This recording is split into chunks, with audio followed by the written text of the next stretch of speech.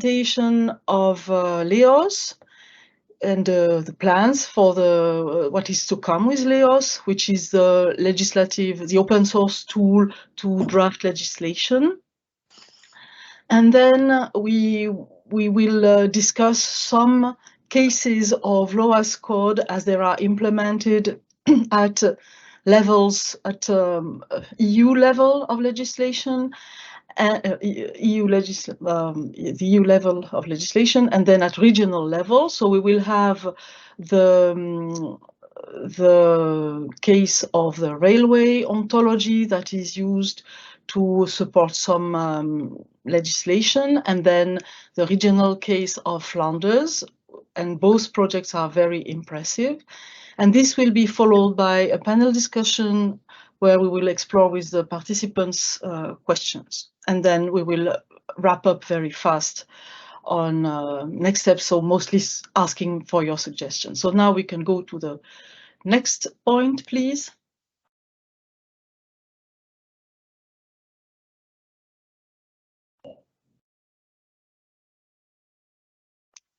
So, as I was telling you, we are the Better Legislation for Smoother Implementation community.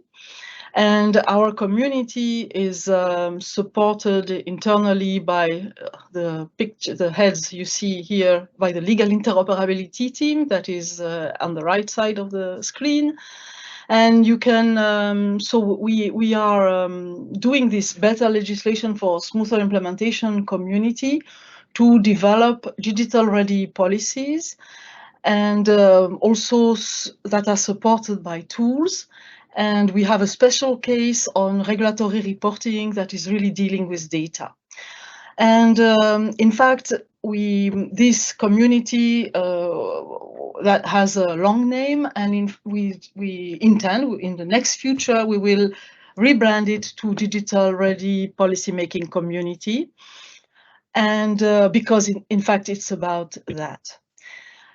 So maybe we can go to the next slide now, where I will explain to you what is digital ready policy making. No, first, sorry, I didn't drink my coffee. As an icebreaker, please also share who you are. I see that in the chat we are more than we are 60 people. So use your Slido and the code 1911-627, and we just want to know a bit what is our audience, and then Maria or Theodora will share the results of the questions. Yes, you can also use your QR code. And we have some questions for you. So where are you from? What are your expectations? It's always good to see if expectations can be met by the presentations. Okay, Denmark, Greece, Belgium, Hungary. Okay, EC as well. Okay, only 6. You are 60. 8. Okay. Please. It's good for us, you know, to have an understanding. Yes, okay. Railways Agency, Poland, Sweden, New Zealand. So we are international. Good. Germany. So now I'm start being happy because it shows that Jersey Island. It shows that there is the Europe is presented, but we go even beyond, so that's nice. Other agencies, the health agency, nice also, because it can be a good source of inspiration to check what ERA has, and so MOVE and ERA have done. Poland, I didn't mention it. Well, good. So yes, thank you, Jan. Jan is one of our speakers of DigiMove. I suggest please continue, but I hope it's possible to keep this. We are now 31. Okay, maybe there are shy people. We will move to the next question because otherwise we will lose time. Then, you know, our motto is that to be able to perform, to create digital-ready policies, we need to have multidisciplinary teams. And that's why we are asking this question of what is your professional background, because we will be very happy if the backgrounds are a bit mixed. And between legal, computer science is good, and also we have business. Usually we like a generalist is maybe business, and economist is voilà. So for us it's good to add that the audience is mixed, because we are sure that a successful digital-ready policy-making process is by involving these profiles in digital, in policy making. Linguist, geoscience. Okay, so this is science. Linguist, engineer, legal is strongly represented, and also IT engineers, and then we have some mixed. Nice. We have even the ones who mix, who have multidisciplinary inside themselves when they studied law, but they are digital solution manager, philosophy. I like that as well. Okay, and maybe now the next question. What are your expectations?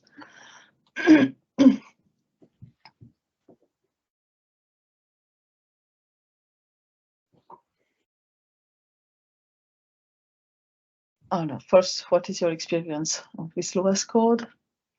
I don't see the slide in advance, so I'm going to what. Okay, what is your experience? If we have very experienced people, maybe they can provide us very interesting insights. None, okay.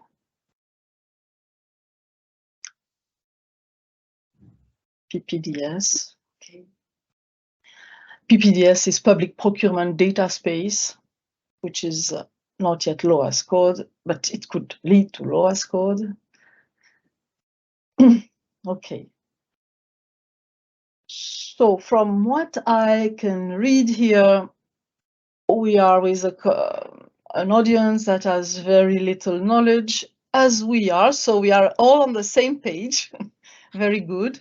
And so the presentations, I hope that the expectations will be not too high looking at that from the presentations, but I'm sure that the presentations will be successful then. Solutions for enabling regulation less rigid, yes. Nice. So we need to keep these answers to inspire us for future webinars as well. Mm-hmm. Okay, so now just wrap up this, because it's already 10 minutes that passed, and we will move to what is digital-ready policy making. We have one more question here, but the expectations okay. from the webinar, we can. Okay. So let's just move have that. some questions quickly. But I've seen that the answers were going in that direction. So, but for the ones who did not, who were really closely focusing on the questions, please type your expectations that we.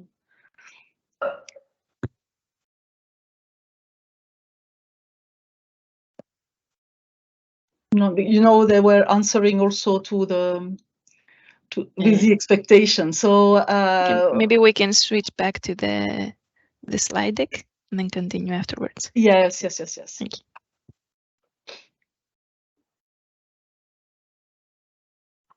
Okay, you can type. I suppose that they can still go on and typing, and maybe we do with this question. You type. We start the presentation, and just after our intro, we can move back to your answers. Okay, so now why did we think that this topic was of interest? And first of all, because we thought that there was a strong link between LOAS code and digital ready policy making. And so we first, as an introduction, we explored what this link could be. And to explain this, we started, so first we will recap what is digital ready policy making. And so if you can move to the next slide. Did you see that? Okay, the poll is not active. Oh, just replied. Okay, so digital ready policy making is the process of making policies digital ready. And so it means that what is a digital ready policy is a policy that has considered digital aspects from the start of the policy cycle, so that so the goal of the policy, the objective of the policy, is considers possible ways of using innovative technologies and digital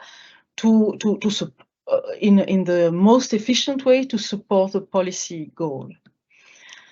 And so this has been implemented in the tool 28 of the better regulation guidelines of the Commission.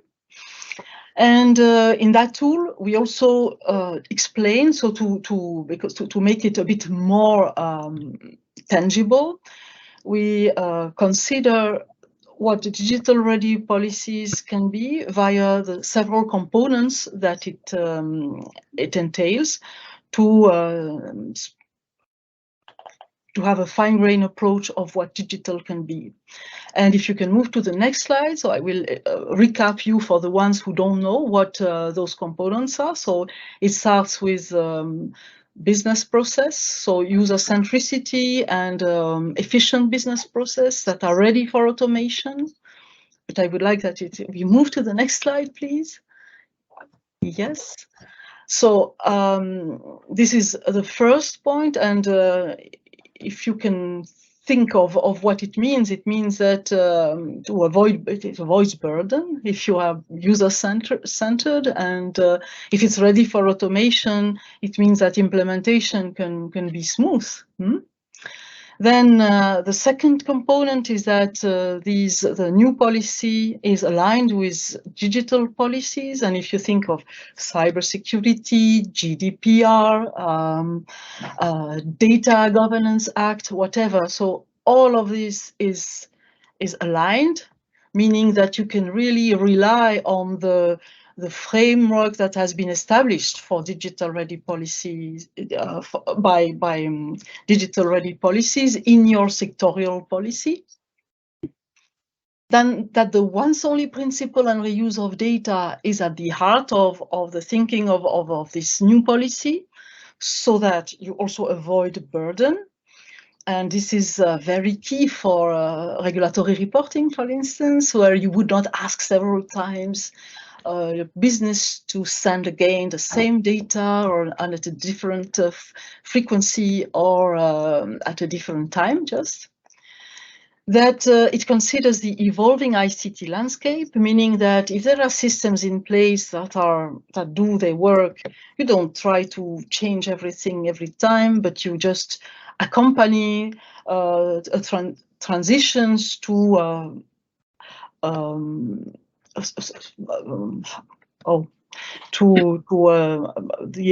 evolutive IT landscape, using innovation as it can, and in a very thoughtful manner. This leads to innovation and digital technology. So this evolving ICT landscape considers innovation, and then that these laws are digital ready drafted, meaning that they are simple, etc. So we will deep dive into that. And all of this is supported by multidisciplinary teams, as I explained in the intro. And for you here, we have a question. So if you think So we thought of it. We will try to give our answer. But what would be your views on how LOAS code fits with this these components and enabler? So you will have 1 minute for this. Please, you can either scan the QR code or you can find the code in the chat.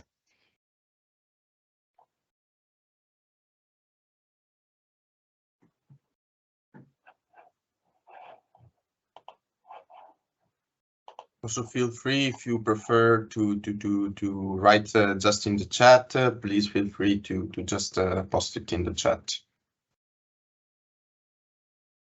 Yes, and maybe because I think that we are not in time. I'm too slow already. Me. Let's see. This 1, 2 participants. We will go up to 5, I think, and then it's also a difficult question, maybe. And so, on our views on this, to start. Yes, and digital drafting. So thank you, because it is what we believe. Not sure. Okay, so yes.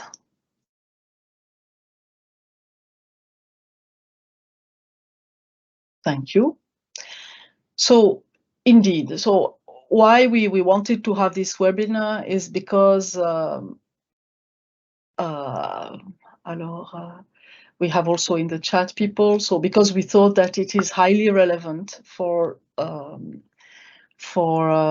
digital ready, and if everything was LOAS code, it would be it would not mean that it would be digital ready, because you could have LOAS code that is not user centric or not aligned with digital policies, but the digital ready drafting would be there, and then so that's why we can move. I see in the chat, so more legislation expressed in a language code that is optimized for digital and compliance.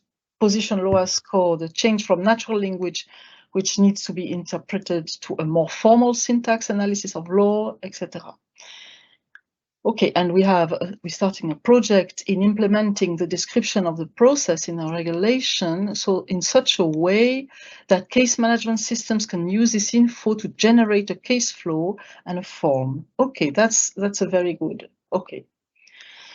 So now we thought also that it was nice to understand what LOAS code means, and to have, because it's a bit a vague concept. So please, Alessio.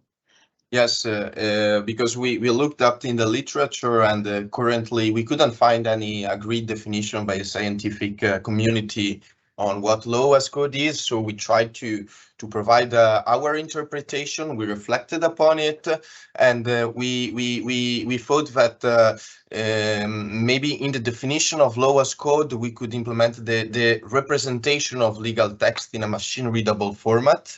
And while other scholars thought more of the process, but we opted more into this representation that can be obtained through a manual, semi-automatic, or automatic manner.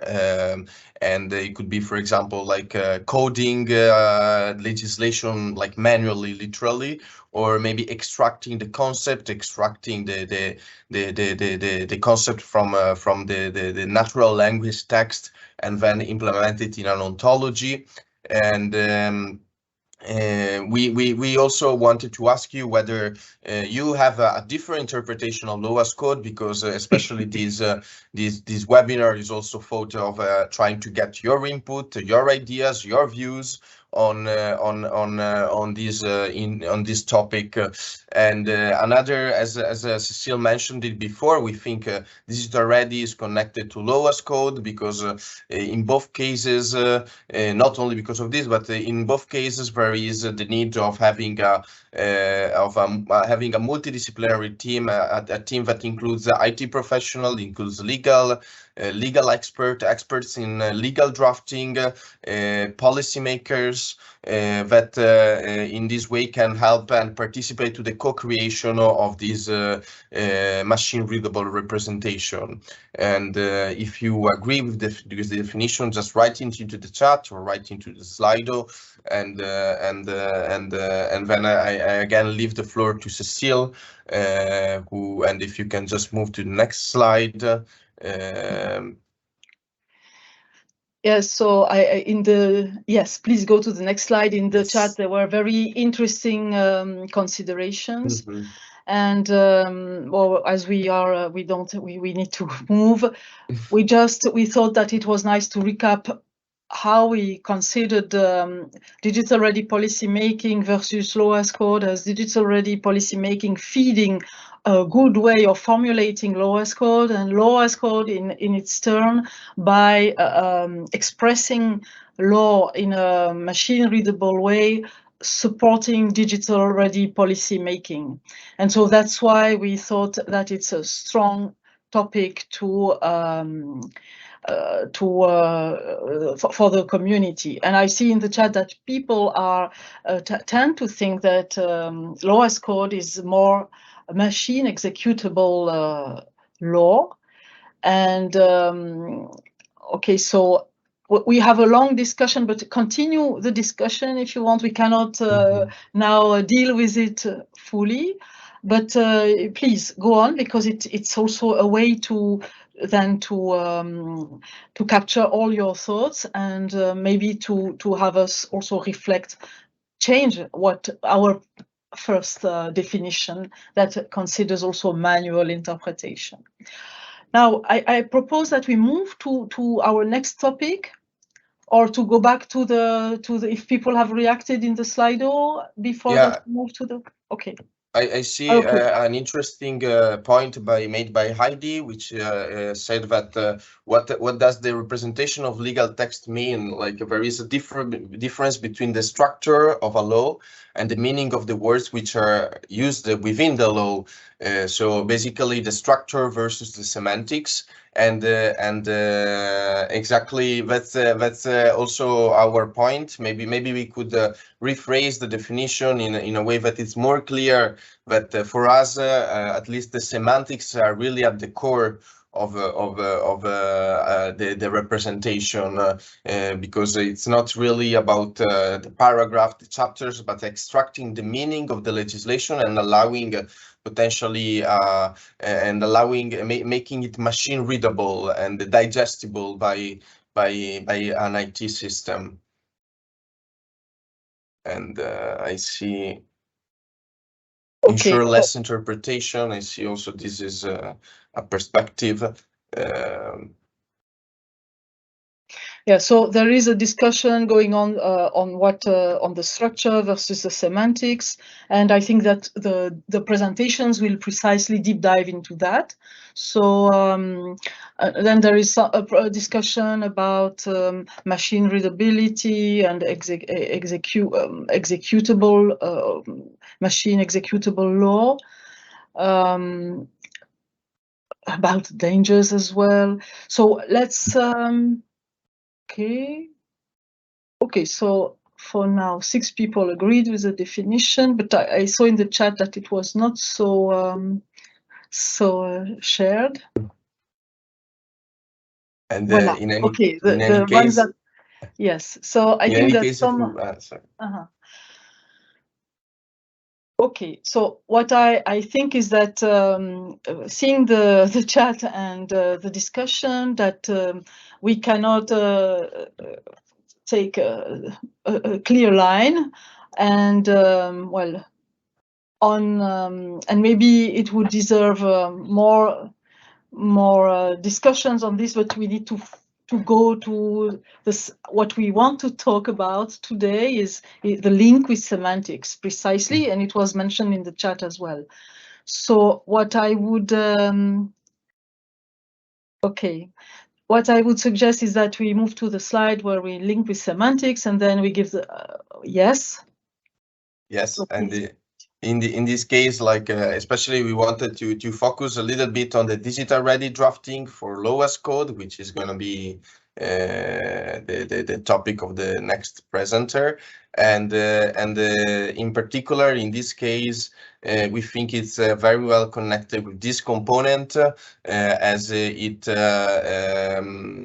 lowest code could in potentially set out clear rules in the legislative act, while allowing for them to be future-proof, and it could potentially support legal drafter into using precise and simple wording, while ensuring there is the potential to ensure a more uniform interpretation with shared, thanks to the use of existing concept and shared concept. And this, of course, it must be allowed into semantics, which is in this context we think about semantics as the meaning, the conceptualization of the natural language representation. And then here I would like to leave the floor to our guest, Mr. I'm sorry, I'm not sure if I'm going to pronounce the name correctly, Willy van Puynbroek. Willy van Puynbroek. Willy van Puynbroek, which is part of the LEOS team, and which is developing a tool for the editing of legislation. And yes. Can you hear me and can you see the slide?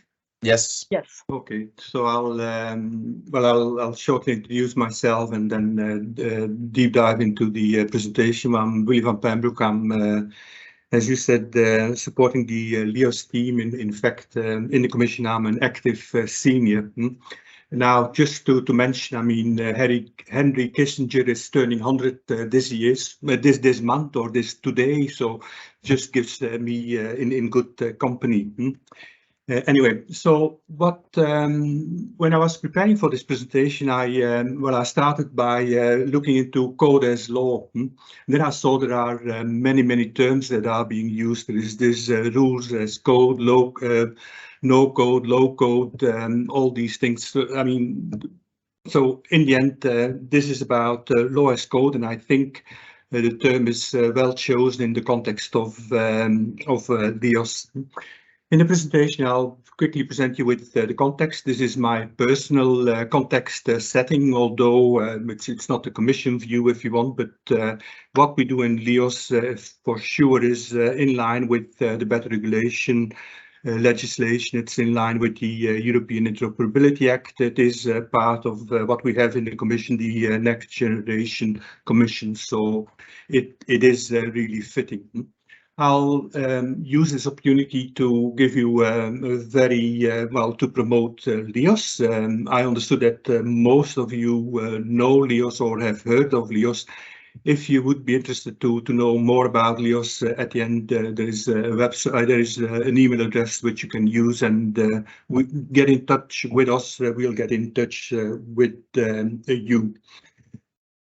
Then I'll look a little bit more into the future, and that is, the drafting of legislation, the era of AI and digitization. And basically, what I will touch on more is about the digital transformation of lawmaking that is happening. And then finally, I'll present some of the work that we are planning to do on smart functionalities. And I know in the audience some people that will be heavily involved in smart functionalities are listening to this webinar. So on the context, the first thing is it's making a statement. The drafting of legislation is at the origin of almost everything. It starts there. And hence a tool like LEOS is important. What we have to realize is, and I think we are addressing that area more and more, is that law is unique, and drafting legislation is a special profession. I mean, to a certain extent, law has its own logic. Well, you need clarity, but also sometimes law needs ambiguity. Law needs to be interpreted. Law needs to involve. Law is set in a social context, so it needs to allow some flexibility, and whatever is being considered, being developed, needs to take into account the specificity of law. On LEOS, what we're trying to do is we're centered on two well, opportunities that come around by this. It's already mentioned, this machine readable law, which is what we try to exploit to the maximum. And it's also that, well, I called it AI and others are coming of age. I mean, we are going to a new revolution. The use of IT, and that's a statement, is in drafting legislation, according to us, is just in its infancy, whilst its potential is large.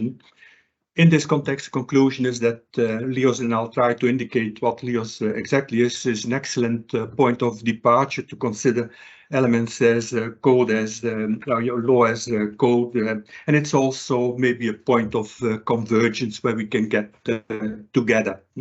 So that's basically the context. On the LEOS, I mean, what LEOS really offers. LEOS, well, it's a product. It's available. It's open source, so anybody can use LEOS, can try LEOS, can contribute to LEOS. What LEOS does is, well, it aims to manage the complexity of drafting legislation and developing policies. And it does this in a very well, it does this in any context, but also in the context of the European Union, which is to a certain extent special. I mean, it means that, well, in the Union, we're developing legislation in 20 plus languages. There are a number of principles that need to be respected, like legitimacy, subsidiarity, proportionality, and what have you. So it's developing, we're providing a tool, a drafting tool within a given context. LEOS offers something which is very important. It's teamwork. Developing law more and more is about getting lawyers together with policy developers. It's about the intimate collaboration of the people drafting, developing legislation. What we provide, third, is a solution that allows drafters to concentrate on substance. Following or in line with the previous discussion, by and large, LEOS takes care of the syntax, but we're also moving into the area of semantics, and I will indicate that later in the presentation. In fact, the result of using LEOS would be that we would have a single data space that contains all the information on a given act. So that contributes to transparency, that takes care of version controls, allows you to do any diffing track changes, ensure accountability, and what have you. Specific, and that's the fifth point, it's the seamless interaction. LEOS is based on a standard Argumentoso, well, it's AKN for EU, a specific dialect for it, and that takes care of interoperability amongst others with other EU institutions, but also interoperability with the member states. In the next slide, so what is the work that is ongoing in, well, sorry, I forgot to tell you about the life cycle thinking. I mean, the idea in the end is that LEOS would be there from sunrise to sunset. However, at the moment, we're mainly focusing on, well, the drafting process, translation process, and the publication process, but the intention, at least in time, will be to cover the full life cycle. So LEOS is supported by the Digital Europe program. It is therefore, well, it's a product I've already said. We're working on LEOS 2.0. In the additional slides, it gives you an idea on what the developments are ongoing. And we're also trying to work together with the member states so that LEOS will address the requirements of member states. As I already said, LEOS is an open source project. We are fully transparent. If you want to, you go to code.europa.eu and you can see on what LEOS is, on what we are working. You're welcome to contribute. Well, we have a very welcoming community. LEOS is not only, well, it's a product, well, it's currently being piloted in the Commission and in Council. And when I say piloting, it's serious piloting. The first results that we have from piloting LEOS, or EDIT as it is called in the Commission, is that it is fit for purpose, it's easy to use, and it increases efficiency. On the future, we'll be looking into smart functionalities. So now it's a little bit more like what's the vision and how do we foresee the future? So we consider LEOS to be at the center of an IT ecosystem. So we see a virtuous cycle where LEOS is LEOS will implement or will embed IT technology and innovation. In fact, LEOS is a platform for innovating to a certain extent. This will lead to digital transformation of the lawmaking process. And as we go along, we will be developing these knowledge systems that will, amongst others, allow for the analysis of law. Law is not developed in a vacuum, so you have a complete environment. The approach we're taking, it's a hybrid approach. Hybrid also meaning that we put the user at the center. In this slide, when we indicate the document drive, that's mainly the part that is dealing with the syntax, the use of Akumentosa, but we are aiming to complement the syntactic information, if you want, by semantics. So in the there is some it's about using all technologies. It's about symbolic, non-symbolic, sub-symbolic tools using it's data driven, and it also has the element of the semantic web driven. And I'll come quickly back on some of these elements. So when I said in the beginning that LEOS is at the center, this one is we are moving into a world, if you want, where digital transformation of lawmaking is at the center, where we connect to the digital acquis, amongst others, in EUREX, where we have this digital space of legal acts, which is facilitated by LEOS. It's an IT toolbox where we're aiming for using AI, machine learning, large language models, semantic technologies, and a very important component. It's also standards and interoperability. Sorry? 1 minute. Yeah. Okay. Good. I'll make good use of one minute. So this is about smart functionalities. This is what we are going to do next. So we have identified in the study on drafting legislation in the area of AI and digitization, we have identified something like 8 categories of smart functionalities, which I indicate here. Some of these smart functionalities, like, for example, legal assistance, are immediately going into law as code. There's also the element on input on the policy dimension, where we have looked into digital readiness. So what we're doing on that is we're launching 2 studies, 2 small-scale studies. One is we have a good idea of what these categories of smart functionalities would be, but we would like to revisit what we have done and come up with an identification or a description of what is the business values, how can we prioritize these, and look into the techno-business data feasibility. Second, to complement the fine-tuning of these categories, we have a small project on a proof of concept that will focus on context-aware legal verification, and we will explore what is possible, what does it take, how can we scale, and how can we deploy. Also, on this one, all input will be very welcome, and if you're interested, we will be setting up a reflection group on this.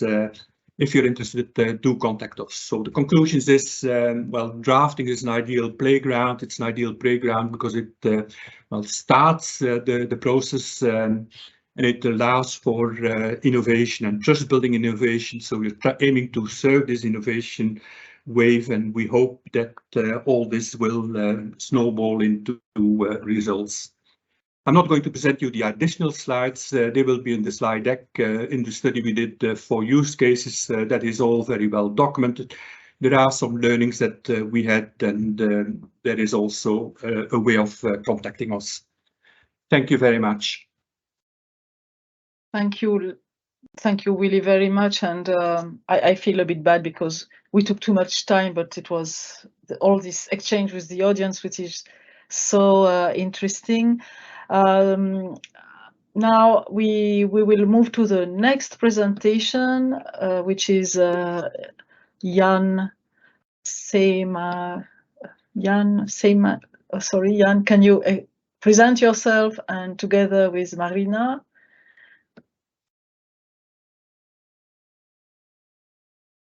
Seemandi, voilà, and Marina Aguado and Matthias van den Olen will explain what they did in the context of the railway legislation, and they will show the link, so how the use of the EU Rail Ontology helps their cases. So please, the floor is yours.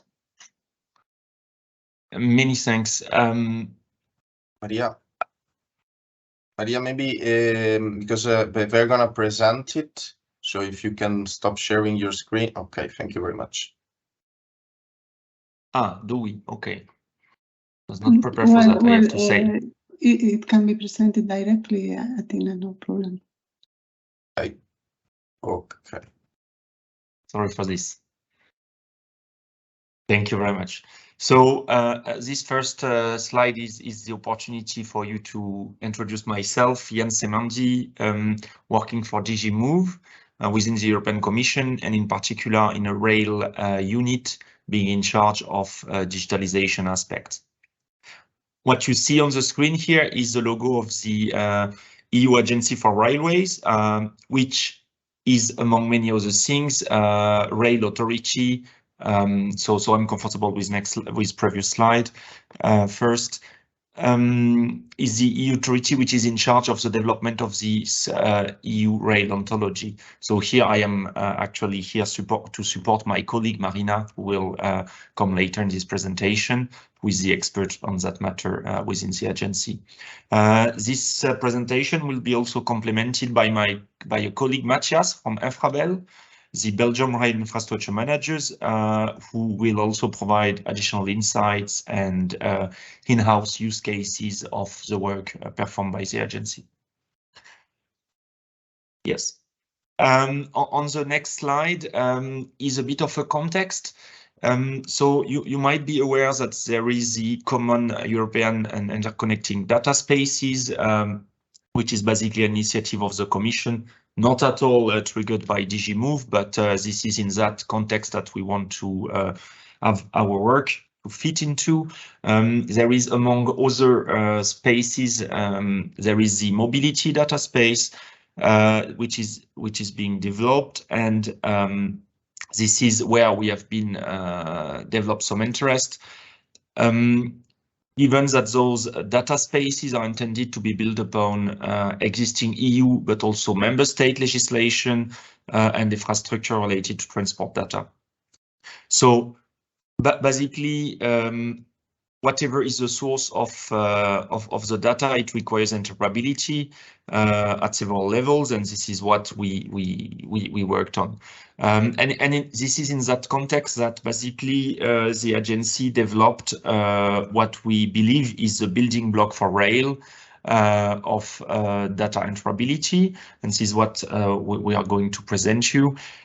So to digitalize the rail system and associated processes, basically what we did is a step-by-step approach, enhancing existing EU regulations.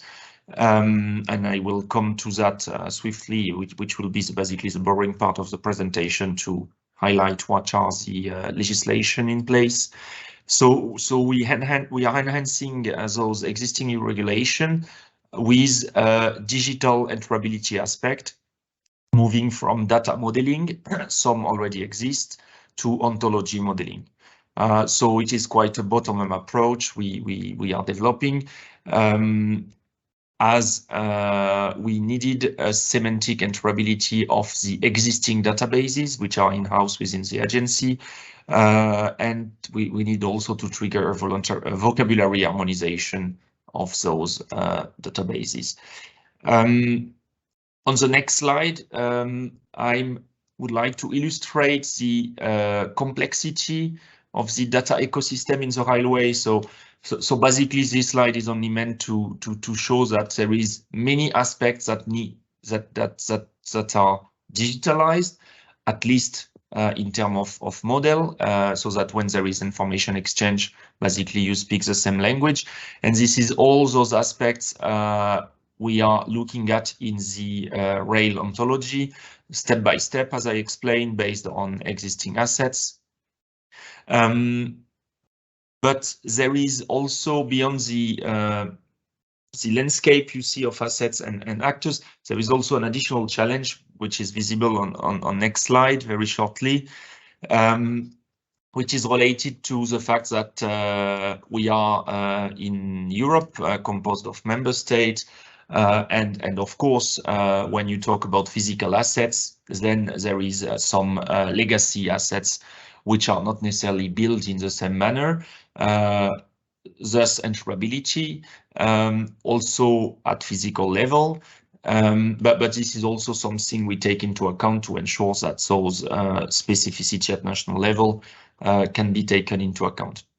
And for that, what we can see on the next slide is that there is actually not nothing which is done. We have the concept of single European railway area, which is basically not a specific concept for rail, but basically more related to transport, where we build the railway system as a European railway system, with common specification developed across the member state and directly applicable. And this is in that context that the agency plays its role as a single authority for several aspects, but also in the context of digitalization, the ambition is for the agency to be scaled up as authority for digital aspect as well, thus the development of this ontology. And maybe more the boring part of this slide deck before I hand over to my colleague. This is what I meant when I said that there is already existing assets, existing law, and this is what we intend to do actually, is to move from existing law to future-proof law as a code. And this is what we are working on, to integrating digital aspect into existing regulation, which is somehow maybe not as difficult as in other fields, because those, in particular, the first bullet points you see, interoperability of the rail system, is quite already about engineering rules, which when it comes to digitalization makes the exercise maybe a bit more simpler than regular law we are used to see. So with these words, I would like to swiftly and smoothly hand over to my colleague Marina for the next slide and the rest of the presentation. Many thanks. Thank you, Jan. Yes, this slide comes from a project from Sea2Rail that is about provides a global overview of the different data models that are used in the railway ecosystem for business-to-business data exchange. So there is an amalgamation of overlapped data models, each of them for each use case, a specific use case. Next slide, please. And the agency plays a role, as Jan mentioned before. The agency hosts different data sets that are specified in the legal instruments, and they are storing information coming from the different member states and the different infrastructure managers or railway undertaking for the railway business. We host information in this that are quite linked to those regulations, and we also are responsible for the specification of the modeling of the business-to-business data exchange. So the agency plays a role of neutral agent in this case. And as mentioned before by Jan, it's not a greenfield scenario. We cannot start from the LO as code, but we need to work in this legacy and brownfield scenario. So we have this challenge to become, in order to solve this heterogeneous situation of multiple data models, we approach what is also on the basis of the EU data policy to the data centricity.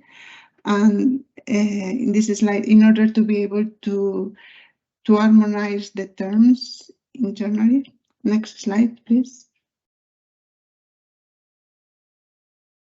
And we did so using semantic interoperability to interlink two of our registers, existing ones that kept the same, but a new use case appeared in the legal framework.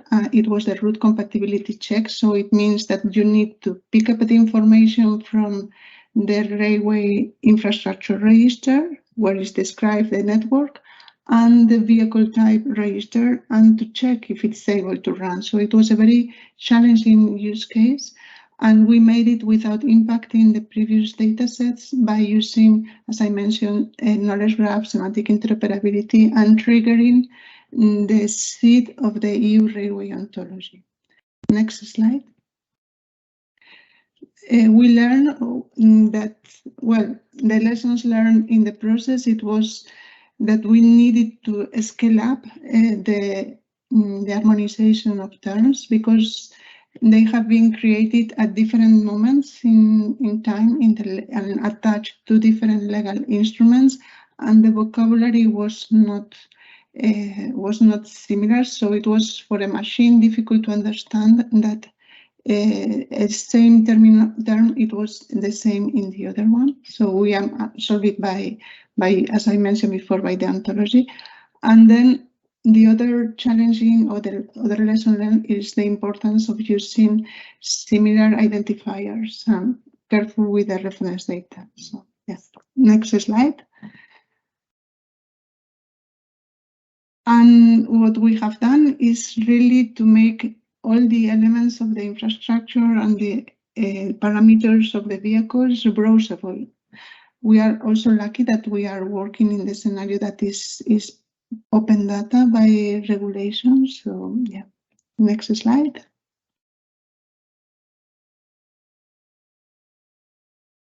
And this is the journey we took. We initiated in 2019 with a management board linked data mainstream decision that says that every development in the agency should be done using semantic and linked data technologies in order to facilitate interoperability. Then we initiated with connecting, as I mentioned, those registers using a knowledge graph and place them in the EU data platform, publishing the vocabulary, And now we are in another stage where it's easier to be connected to other legal instruments like TENTEC. We are building the queries to populate directly and to facilitate then the once-only principle. We have done exercise to link our knowledge graph to Wikidata to produce the inspired data sets via construct queries. So gradually it made everything much connected. Next slide. This is what we use as basis. Initially, the vision and principles. That's the 6 pillars we call towards data centricity, having in mind that our agency data centricity impacts a lot the railway sector, because as I mentioned before, we have registers for business to governance and also impact the business to business data change activity. So we set up the vision and principles, we set up a set of we order or prioritize which ones are the use cases with more impact. Sorry. And next slide. The next slide is is about the sectorial. Is about specifically. I added the links to the vocabulary, to the scores, to the validation rules, engineering rules that we are using that are all of them part of the EU vocabulary. And then the most important thing is that we have included this vocabulary in the new regulation of railway infrastructure in Europe. So in the legal document, we refer to this vocabulary. So before, yeah, thank you. We can pass to the other one, yes. And the agency I wanted to mention is a vocabulary provider and also the identifier, because we together with we are creating the URI of the elements in accordance with the publication office domain facilitated by publication office. And before and after, we before had a legal document with table of parameters, data presentation in PDF, an application guide, the software for providing the XSD file. And now we are migrating to this legal document much more human and machine readable, with the application guide, the shaker validation for data provision. All of them are semantic instruments, as you know. Okay. Marina, yeah. Just few minutes, huh? Not one, or because we have a lot still. Yeah. Okay, then I pass quickly to my colleague. This is the metrics of the ontology. It's been also published in GTL Hub, published by the EU vocabularies. Next slide. Yeah, the next slide.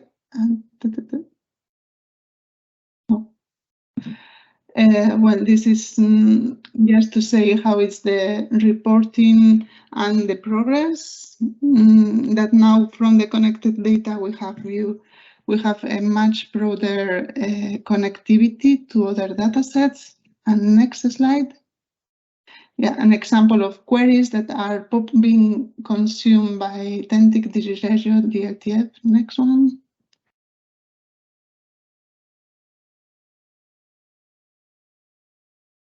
And next slide. The next steps are to align all the ontology in the railway sectors. So, and this, I pass the floor to my colleague Matthias. He works at Infravel, is the data centricity team leader. So the name is really adequate to the topic. And he's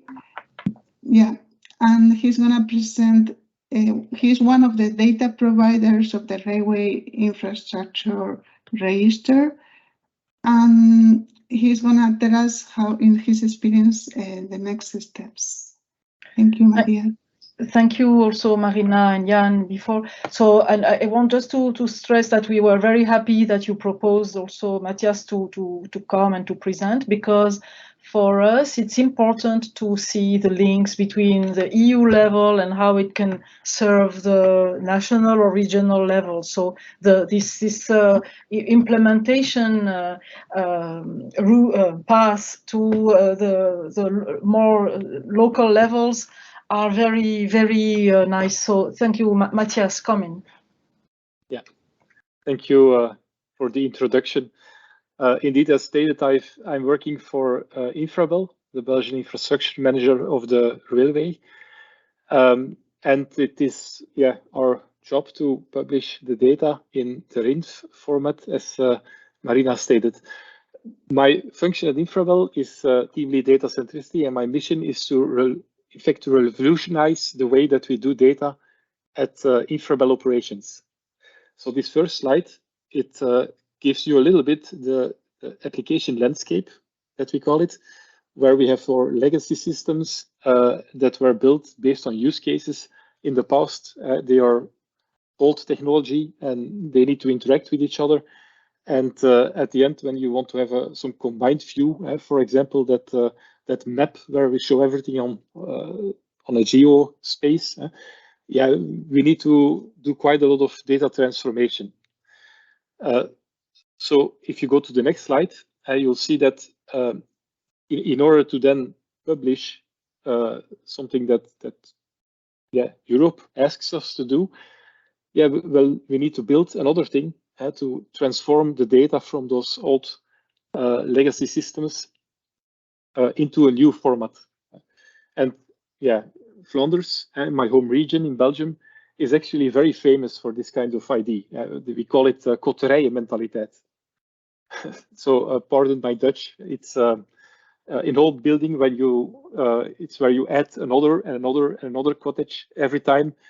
In your garden, everything gets more complex, but you can store more stuff and do more things inside wherever. And it's only when new owners come and they see your mess that they say, okay, let's tear everything down and start again from new.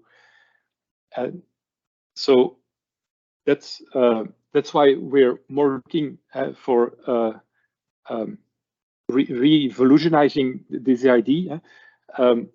We did do this, and we've been doing this for 10, 20 years in our digital landscape, and it only became more and more of a problem. And I'm not even talking now about ETCS data prep, or even worse, or SDP implementation. So if you go to the next slide, we do have some pretty smart people in Belgium, so we decided to throw that away and to go to another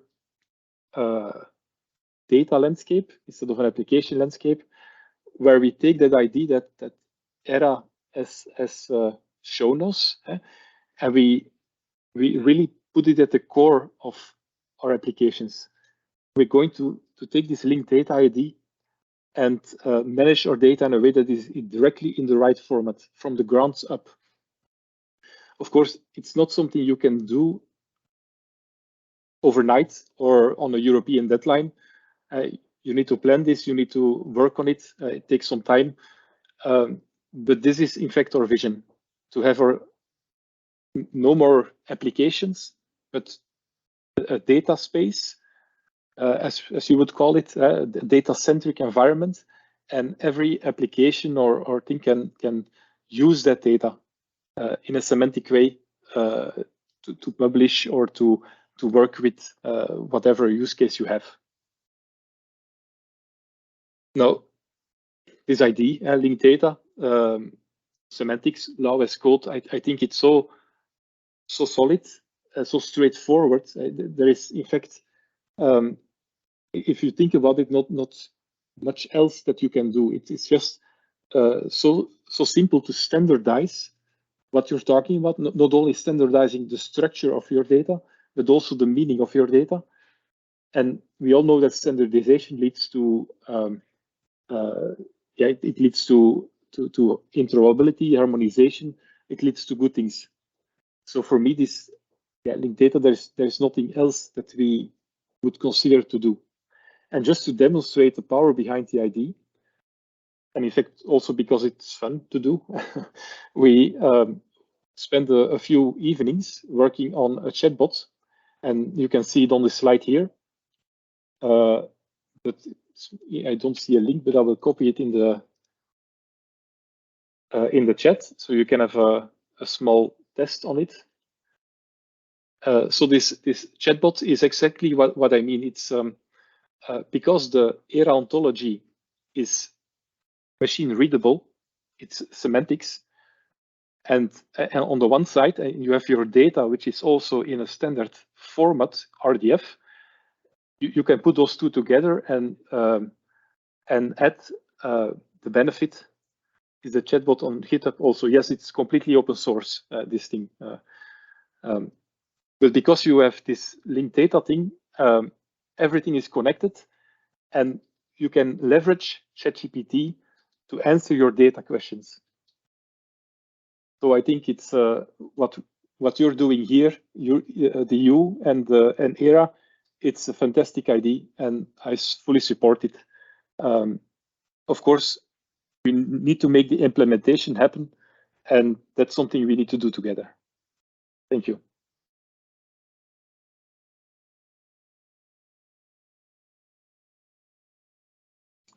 Thank you very much, Matthias, and I see that there were a lot of interest of the chatbot. So I guess that the link will be used. Maybe you will be overwhelmed by requests now. Okay, so yeah, well, I propose that we. It's not a problem.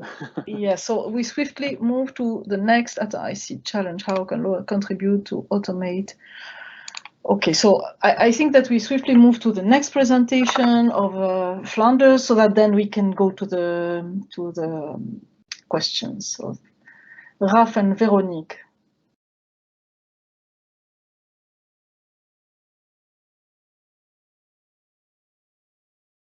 Just Raf. Yeah. Good morning. Veronique, are you already sharing your slides? That's what you were waiting about. Indeed.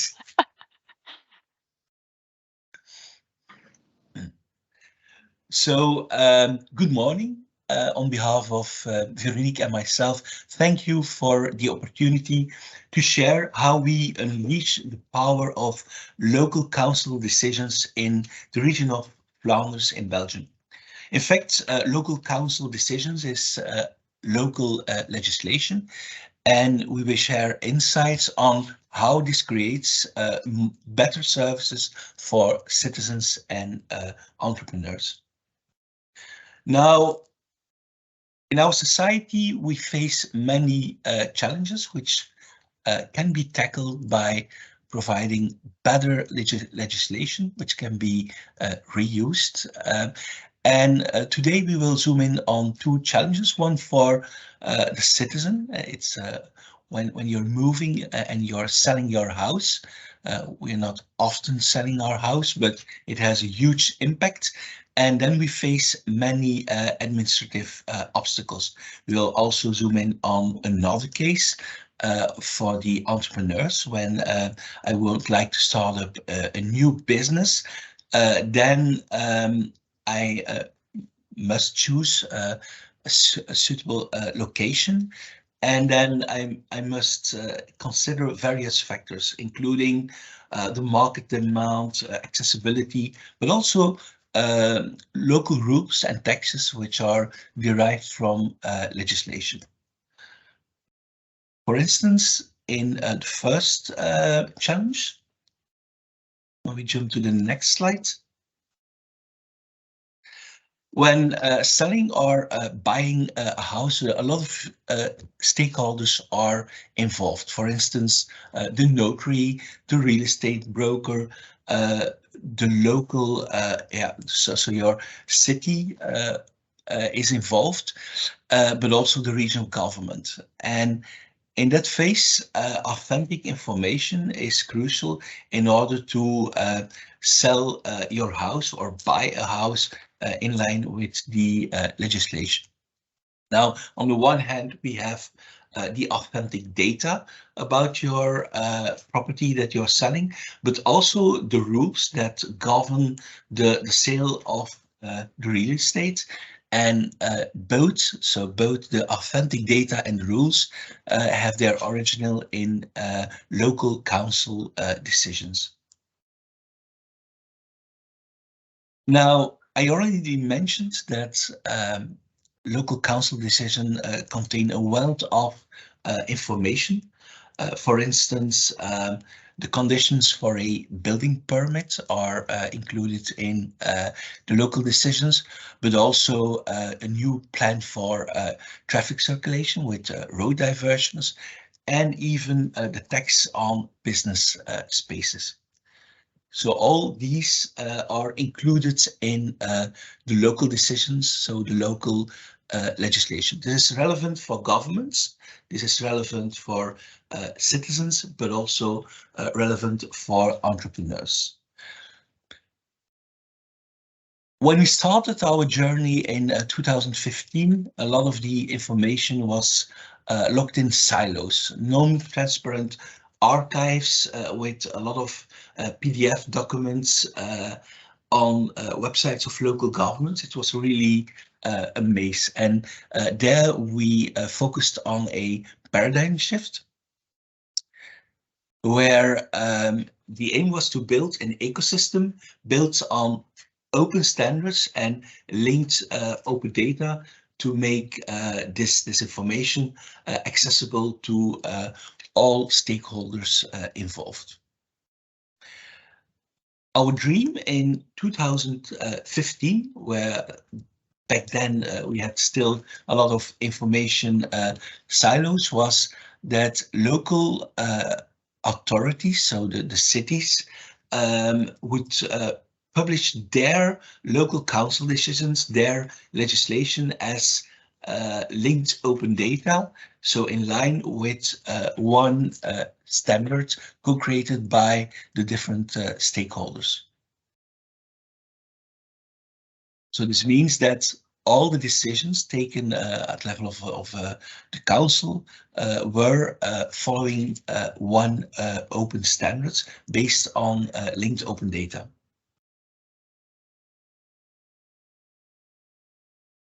So the next step was publishing the information, so as open data on the web, linked to other data, so other legislation, even on the region level. And this allows us that specific information is not only accessible for me as a citizen or entrepreneur, but can immediately, without any additional effort, can be integrated in the back office system of my city, but also in new applications created by the regional government, such as the database for mandates, where there's no need anymore to type over the mandates. It can be just harvested on the level of the web. Second example is road diversions. So this means that applications that we're using to navigate, for instance, on our bike or in our car, that they can reuse the data immediately from the local council decisions.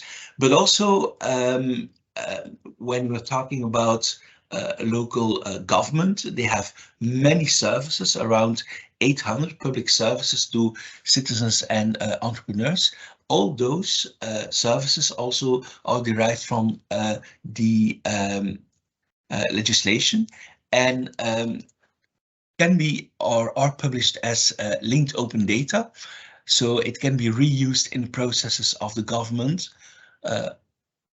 private services, but also find their way to the European level in the context of the single digital gateway, where we not only have a free market for products and persons, but also a free market where data can flow across member states.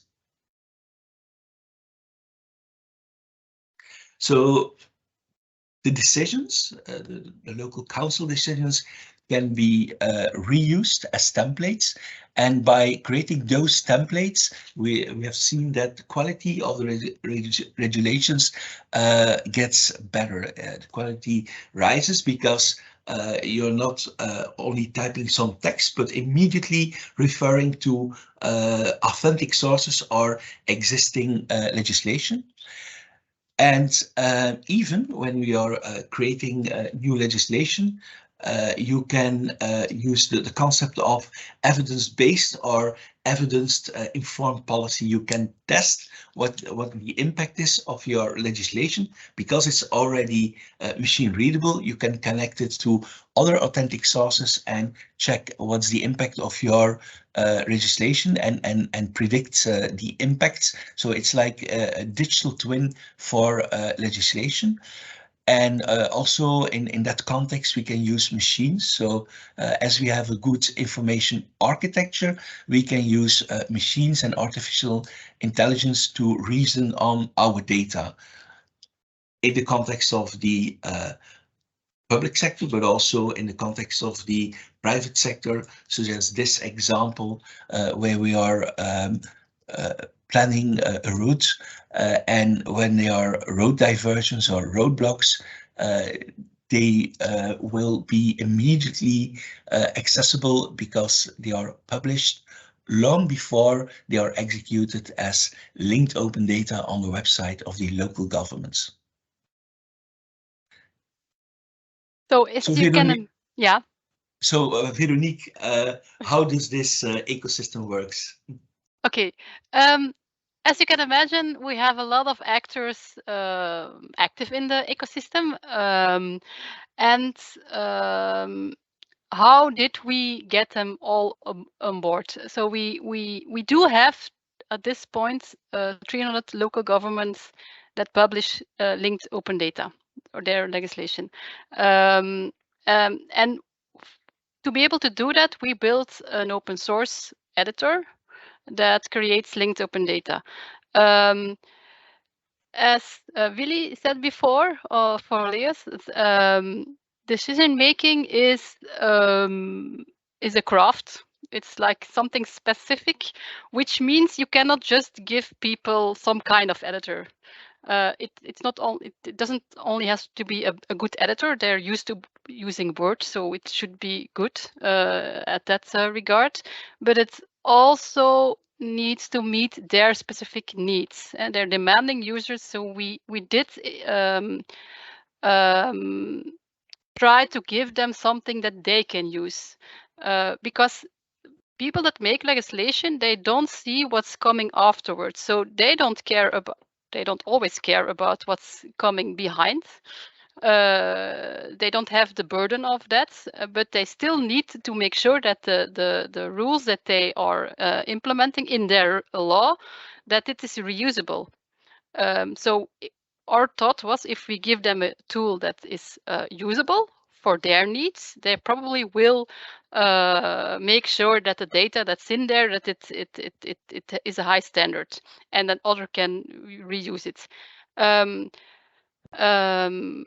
It took us, I think, 2 years to get to that point, and now we're there. I think we also wanted to make sure that people can use their tool that they're used to. So we did make our own tool, but we also made sure that what we made is embeddable in what they are used to. So they all use online tools, but they have their own editor, which doesn't talk linked data. So we made sure that it was embeddable in that case. And of course, we want what people made, that it is exchangeable with suppliers and with third parties, so that it is easy to reuse the data. It also means that you need to support these suppliers. It's not, Matthias, you said coterij, it's literally what they do, but it's also what they gain money with. That's their cost. That's the way they make money. It's by closing up data and to make all of these complicated clutter, like we said. So it's not like they really like to move forward in this, but we try to get them on board. We even pay them sometimes to just please follow the standard. We also obliged them, so that was kind of easy. We just made legislation to say you have to, but we also said, okay, please think with us to make sure that you also have a business model, because it's not like we want them to go out of business, but they just need to go to another model to make sure that they still help users, but not by closing up the data. And that was kind of the idea. We did get them to the point that they are thinking together with us to even make new standards that they want to implement. So it's really interesting to see after a few years that they are ready to do so.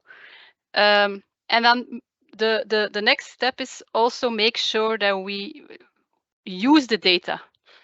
If you don't use it, there's no incentive for people to make sure that it's open and it's standardized.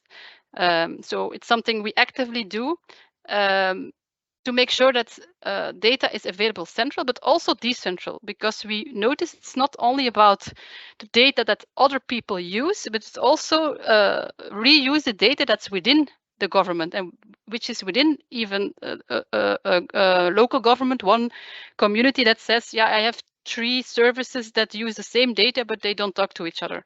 So even decentralized, it's important to make sure that they can reuse it. And of course, we have a lot of services that we have open to reuse. And a link to the previous slides is that we have, for example, a service for the a single digital gateway, EU Europe, to reuse the information on public services.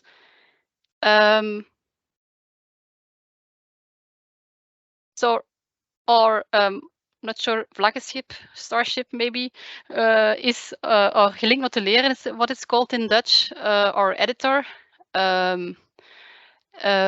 This is how it looks like. I'm not used to using it. I'm not used to using it, so I'm not going to show you live. But we do have a lot of templates in there to make sure that local governments have it easy to make decisions. We also noticed that making legal documents is not that easy. And local governments don't often have a whole legal department that knows how to do it. So we help them, we guide them in a legal way. But we also make sure that we reuse the information that's elsewhere. It can be higher legislation because it governs what they can decide upon. We have an example on legislation on road conduct.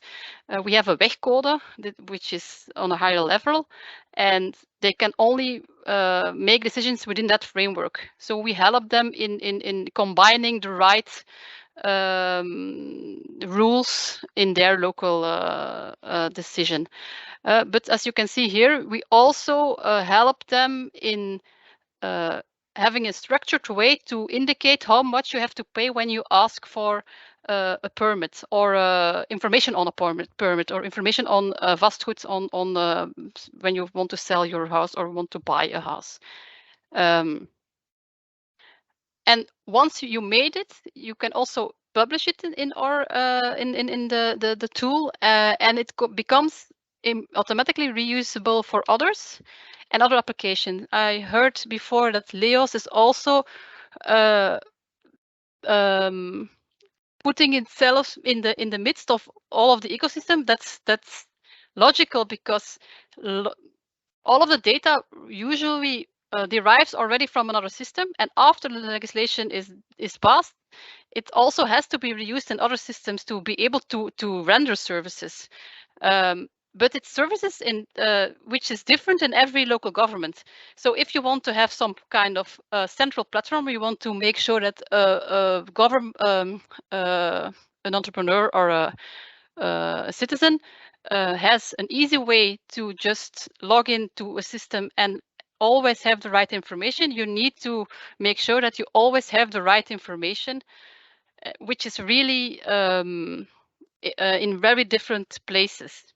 And this, because it's published as linked open data, you can harvest it and you can reuse it. So you can, for example, if someone wants to know information about a house in Meissen, or for example in Vleteren, not sure where that is, that the system, if you do an application, knows how much you have to pay, because it knows you're from Vleteren and the cost is set at 150 or maybe nothing if you have a cheap local government. So it knows, and it doesn't have to be an offline service. In this way, we can maybe make it easier for citizens to take services from the government. Veronique, yeah. Yes, I know you have a demo, but the problem is that we have 4 minutes left. So I don't know if the audience is ready to stay longer, but I would just like to have the chance to. So I don't know what we do, Sophia. Do we extend it? And because there were a lot of questions in the chat, and we have. Oh, yes, but we can promise that for some of you, definitely you have meetings and engagements, and maybe some of our speakers as well. I hope that you can stay a little bit longer, though.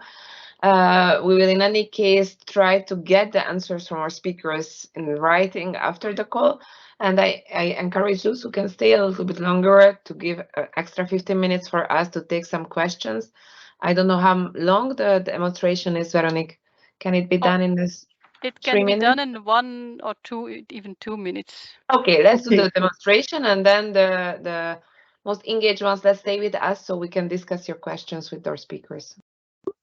It's an example of proof of concept we did on reuse of information, the tax you have to pay on office space.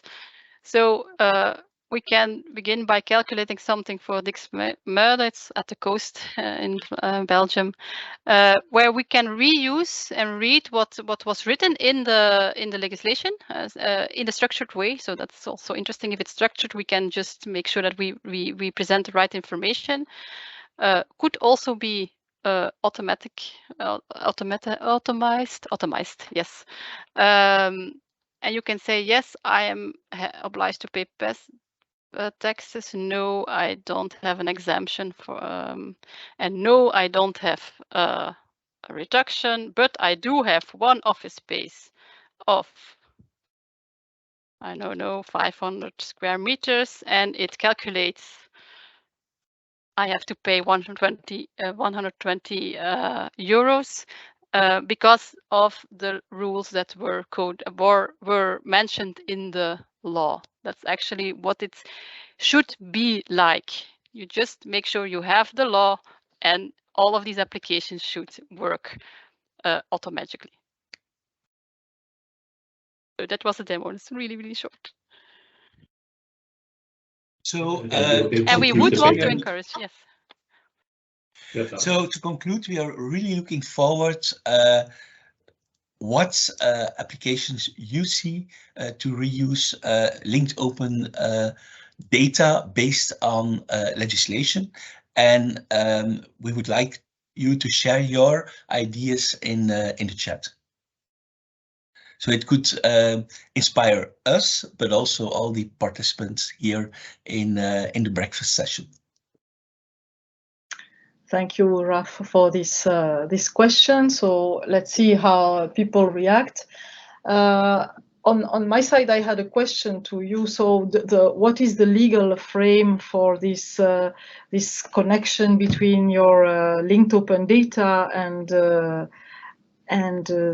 laws themselves? So do you have an overarching legislation that governs this use of data or not?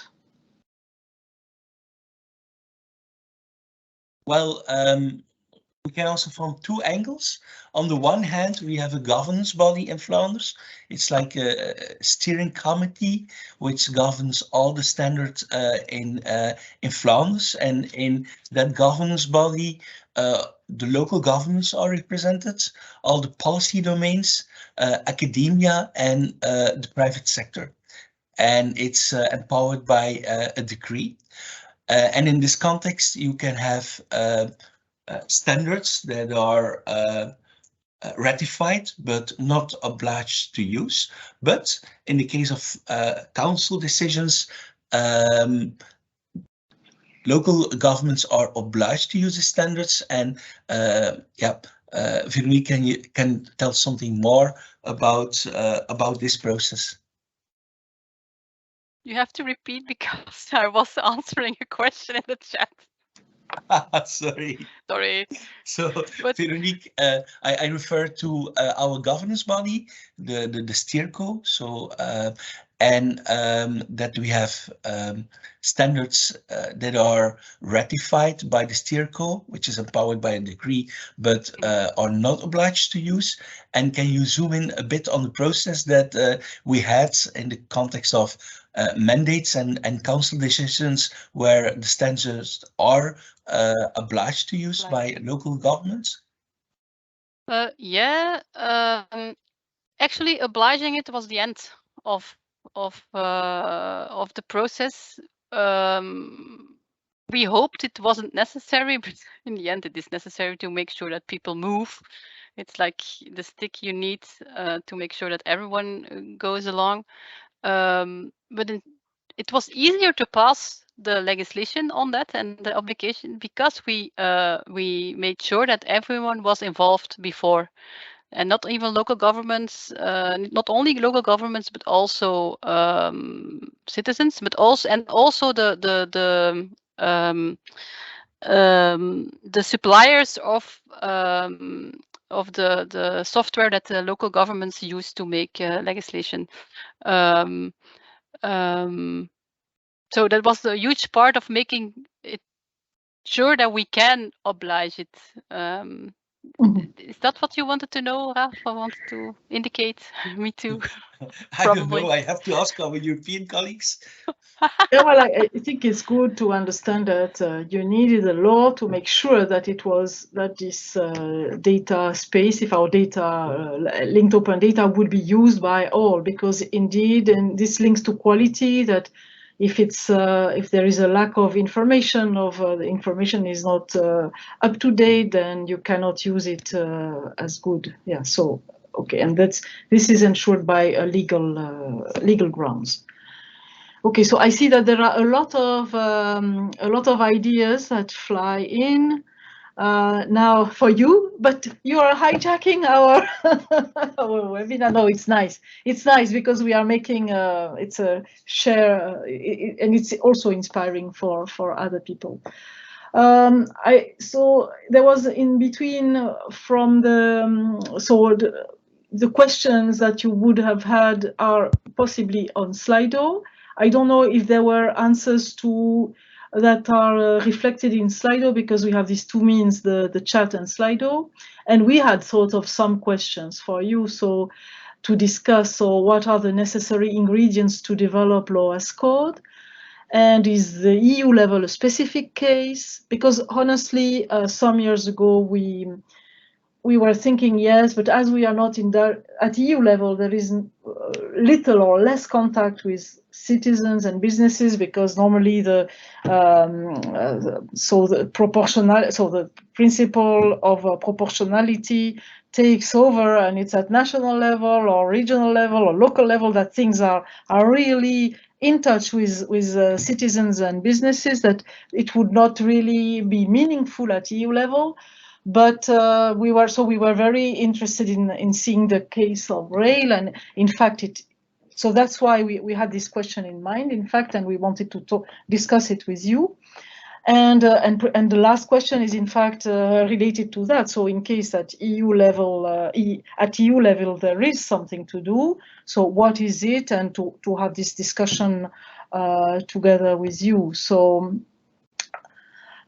now we have still 10 minutes, and there are maybe more questions. So can you, I propose that we have, I don't know if you feel like sharing your views on these questions, short, and then we look at the questions in the Slido and in the chat of the audience.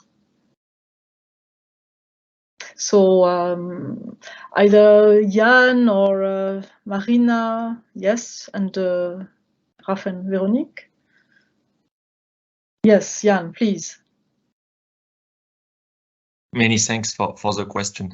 Definitely, the EU level is not a specific case. There has been some ambition at EU level to trigger any kind of level, EU member state, regional and local level, to move toward digitalization. I mean, today was a good example that there is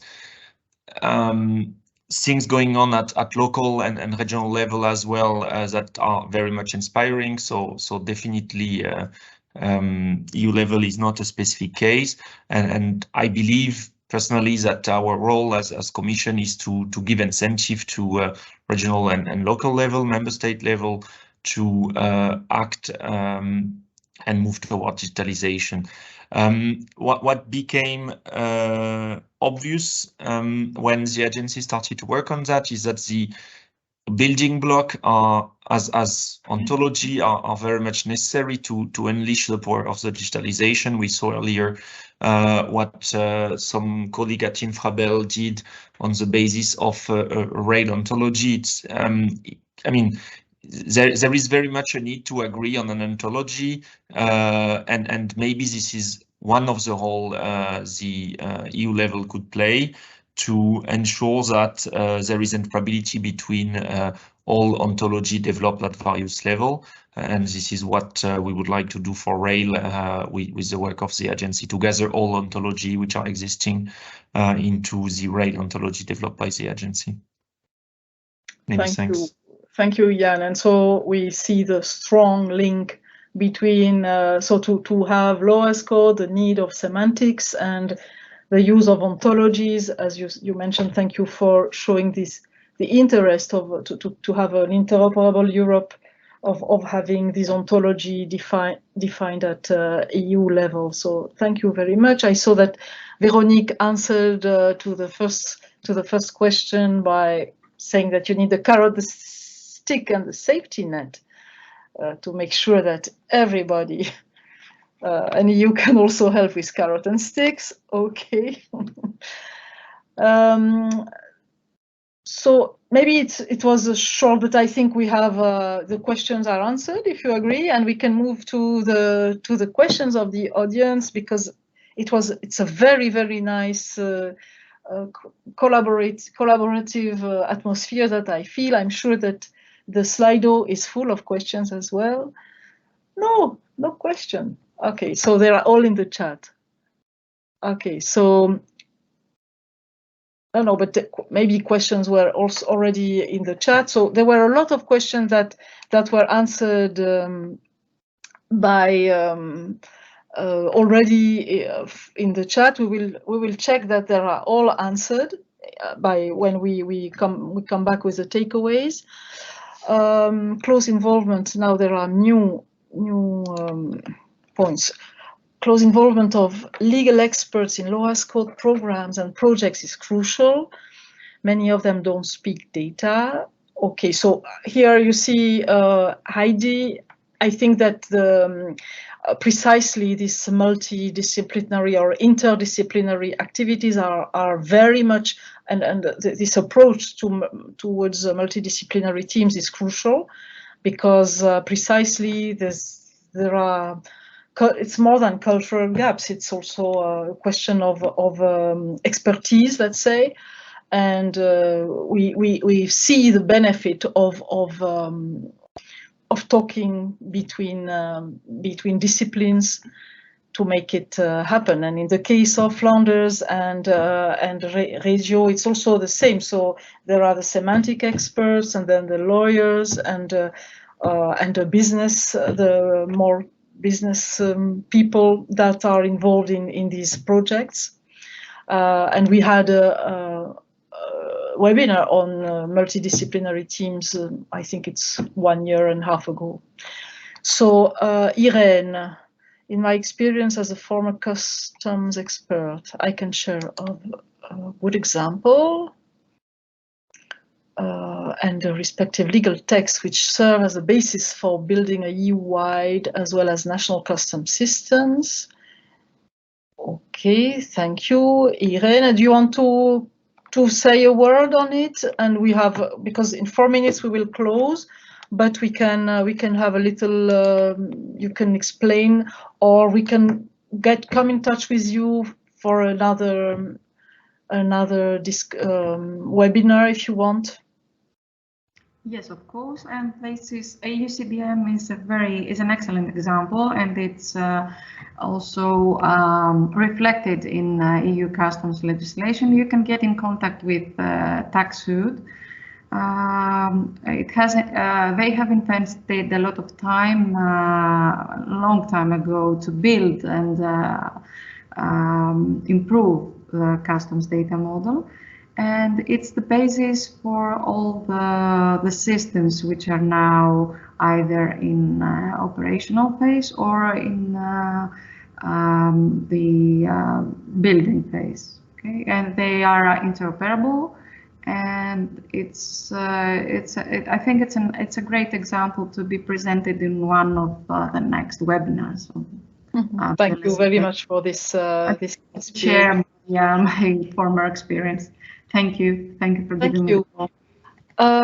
This said, so we are almost finished. So can you go back to the main presentation? And thank you for the audience to have stayed until this extended slot. And so I'm really thankful. I think all the team is thankful to the speakers, Willy for your insights, and then Jan, Marina, Veronique, and Raf and Matthias. Sorry, but it was also very interesting for having presented your use cases. On my side, I did not take the time to answer Raf, but I will think about it and I will come back to you with Veronica, your question. So also try to provide our insights. So we don't have yet in our planning the next webinar, but taking also all your inspirational thoughts, we will come back with you with a next webinar by mail and by announcement, let's say. You can always join our community by so applying for becoming a member in our join up space. We have the link that are shared. You will receive these presentations and the recordings in a few days. And this said, I thank you all for your presence, your very insightful discussions, and yes, and your patience with us. So thank you and have a nice end of the day. Bye bye. Bye bye. Thank you. Thank you. Bye.